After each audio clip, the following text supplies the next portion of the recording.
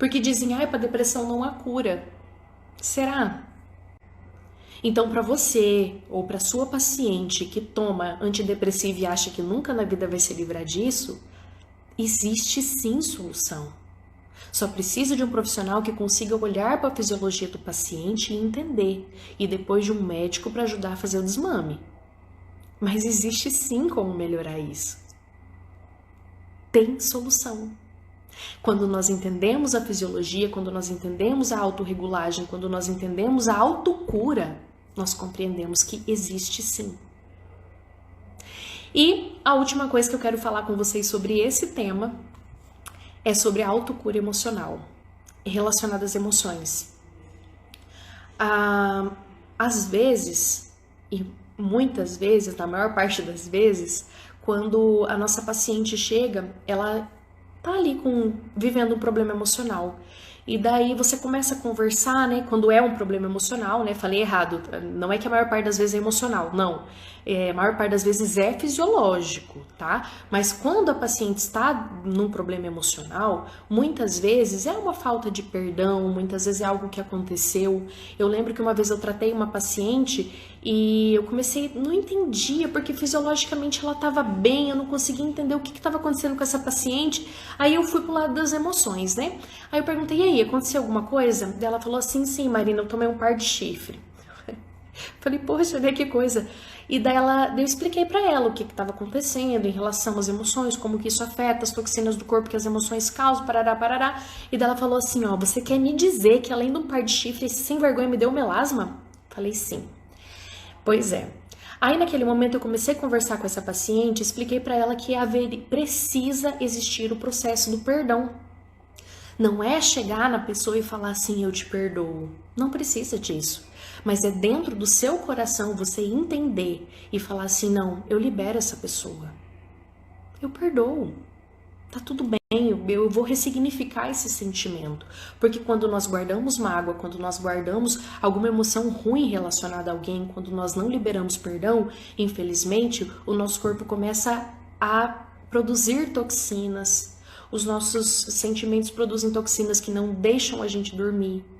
Aí começa a atrapalhar toda a nossa parte fisiológica, porque a emoção, ela é tão forte que ela altera a nossa parte fisiológica, assim. Aí volta no começo de tudo que eu já falei pra vocês aqui hoje. Esses tempos atrás eu fiz uma live aqui com o meu colega, o Matheus da Labrida, ele é hipnoterapeuta, e ele falou que as emoções doem nas vísceras. A dor emocional é sentida nas vísceras, é sentida no corpo. Quantas pessoas que no momento de dor emocional, de estresse, têm dor no estômago? Outras, como eu, sentem dor no rim. E, gente, se eu ficar magoada, chateada ou estressada, o meu rim já grita.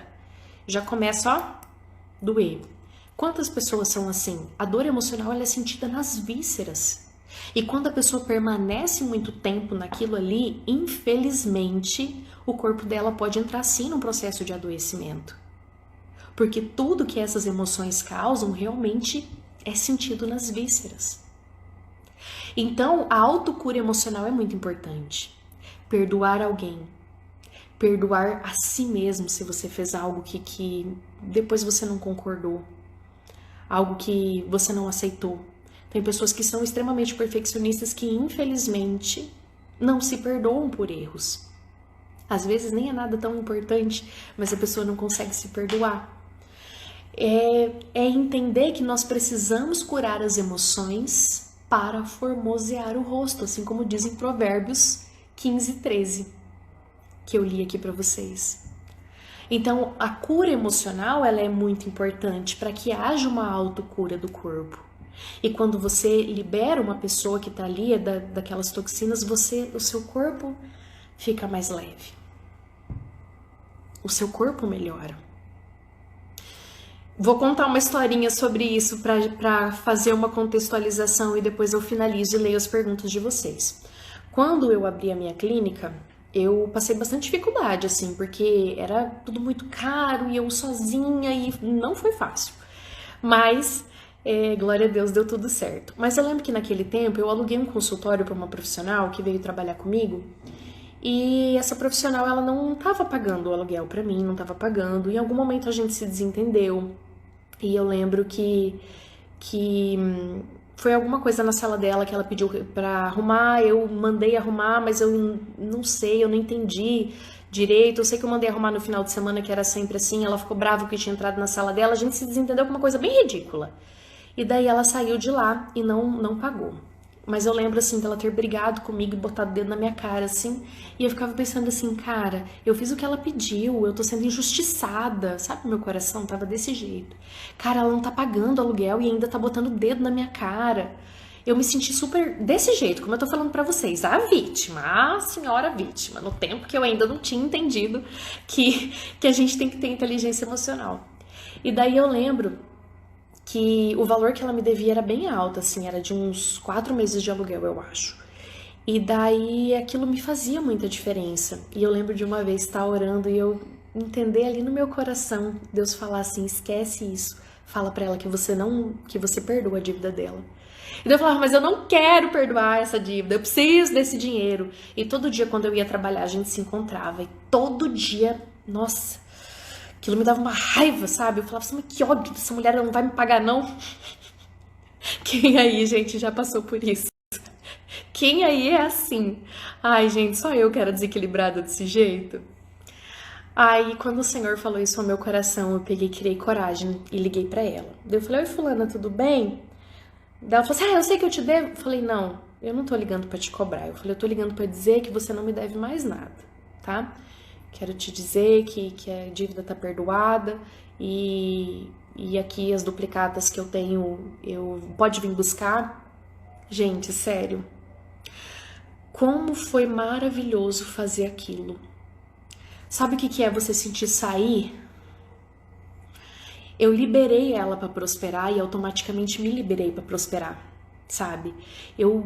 Aquilo assim me deu um alívio na alma que vocês não têm ideia. E a gente continuava se cruzando quando eu ia trabalhar e ela também, porque daí ela foi trabalhar perto da minha casa e daí a gente se via, a gente até se dava um tchauzinho assim, gente, sério. E não sei dela, já faz alguns anos que eu não vejo ela, não sei se ela ainda mora aqui ou não, mas sabe o que é liberar? Liberei. E de verdade, eu falo pra vocês, eu acho que quando o Senhor falou pra mim que era pra mim liberar a dívida dela, porque Deus fala aos nossos corações, né? Era só pra ver se meu coração tava pronto pra receber, porque o Senhor me abençoou imensamente. Imensamente mesmo. Então, assim, nós precisamos liberar. Não é pela pessoa, é por você. Toda vez que Deus te pedir algo, principalmente para perdoar alguém, seja uma dívida emocional, perdoa.